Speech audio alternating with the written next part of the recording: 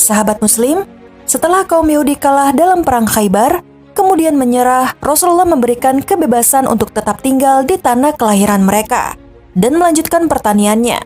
Hanya saja, sesuai dengan kesepakatan yang sudah mereka ikat antara kaum muslimin dan kaum Yahudi, umat Islam berhak menerima sebagian dari hasil pertanian mereka. Setelah keadaan tenang, Rasulullah menerima hadiah dari seorang perempuan Yahudi bernama Zainab binti Harits, istri Salam bin Makhsyum, berupa hidangan domba panggang.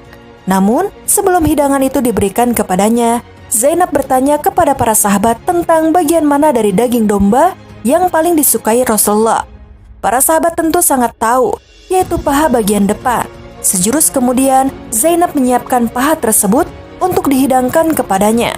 Hanya saja wanita Yahudi yang sangat licik itu mencampuri semua makanan dengan racun. Bahkan, bagian Rasulullah ia campur dengan campuran racun yang lebih banyak dari yang lainnya. Makanan beracun yang dihadiahkan kepada Rasulullah merupakan motif balas dendam yang dilakukan oleh Zainab untuk membunuh Rasulullah dan para sahabat. Setelah suaminya terbunuh dalam perang Khaybar, Zainab tidak memiliki cara lain untuk membunuh Rasulullah selain dengan cara memberi makanan beracun.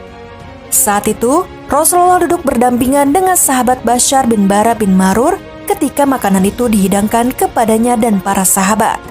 Setelah semua makanan sudah siap untuk dimakan, Rasulullah mengambil paha depan domba yang sudah dipanggang itu dan memasukkan sebagian dagingnya ke dalam mulut Rasulullah, akan tetapi tidak langsung menelannya.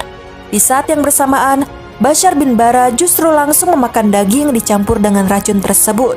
Saat itulah Rasulullah menampakkan mukjizatnya. Syekh Al-Buti menyebutkan, "Sungguh, daging ini telah memberitahuku, ia sudah dicampuri dengan racun." Itulah salah satu mukjizat Rasulullah. Hewan yang sudah mati bahkan sudah dimasak sekalipun memberitahukan kepadanya bahwa daging yang akan dimakan telah dicampur dengan racun. Hal ini tentu tidak lepas dari penjagaan Allah secara langsung kepada Rasulnya. Syekh Alauddin Ali bin Muhammad bin Ibrahim al-Baghdadi atau yang juga dikenal dengan Syekh Al-Khazin mengatakan, setelah kejadian ini, Rasulullah memanggil Zainab dan menanyakan semua perbuatan kejinya ini. Perempuan Yahudi itu pun mengakui perbuatan jahatnya. Rasulullah bertanya kepada Zainab, "Mengapa kau melakukannya?" Zainab menjawab, "Telah sampai dari kaumku segala tentang dirimu. Maka aku berkata kepada mereka, jika memang dia Rasulullah seorang raja, dia pasti mati dengan makanan yang beracun itu. Namun, jika memang ia benar seorang nabi, dia pasti akan diberitahu." Setelah Zainab mengaku atas semua pekerjaan dan ulahnya yang sangat fatal itu, ternyata Rasulullah memberikan ampunan kepadanya. Meskipun membuat Bashar bin Bara tewas karena terlanjur menelan daging domba beracun yang dia hidangkan. Namun ternyata, keputusan Rasulullah itu mengandung hikmah yang sangat luar biasa, di mana akal satu sahabat pun tidak sampai kepadanya. Setelah insiden itu, wanita pembunuh racun itu langsung masuk Islam, saat itu juga di hadapan Rasulullah SAW.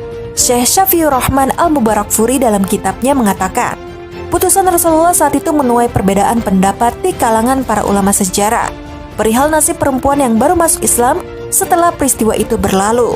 Apakah Zainab dijatuhi hukuman mati sebagai kisos atau hukuman atas tewasnya Bashar, ataukah diampuni tanpa harus mendapatkan hukuman mati?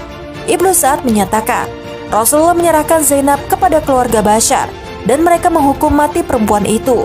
Namun, pendapat yang lebih sahih sebagaimana yang disebutkan Imam Muslim bahwa Rasulullah berkata kepada Zainab, "Allah tidak mungkin memberimu kemampuan untuk membunuhku." Saat itu para sahabat bertanya, "Apakah kita akan menghukum mati perempuan ini, wahai Rasulullah?"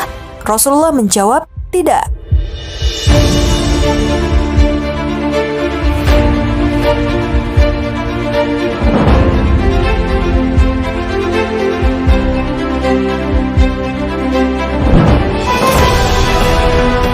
Sahabat Muslim, demikianlah kisah kegagalan upaya jahat wanita Yahudi yang berniat membunuh Rasulullah dengan memberikan racun di hidangan yang diberikan kepada Rasulullah SAW. Ada hikmah luar biasa di balik kejadian ini, yaitu peristiwa turunnya wahyu yang memberitahu Rasulullah tentang racun dalam daging domba yang akan beliau makan. Hanya saja, atas ketetapan yang telah Allah gariskan, Bashar bin Bara terlebih dahulu menelan daging beracun itu sebelum Rasulullah memberitahu bahwa daging yang akan mereka makan dibubuhi racun. Bashar pun tewas karenanya. Selain itu, kegagalan Zainab meracuni Nabi SAW juga bukti bahwa Allah Subhanahu wa Ta'ala melindungi Rasulullah SAW dari orang-orang yang berupaya membunuhnya.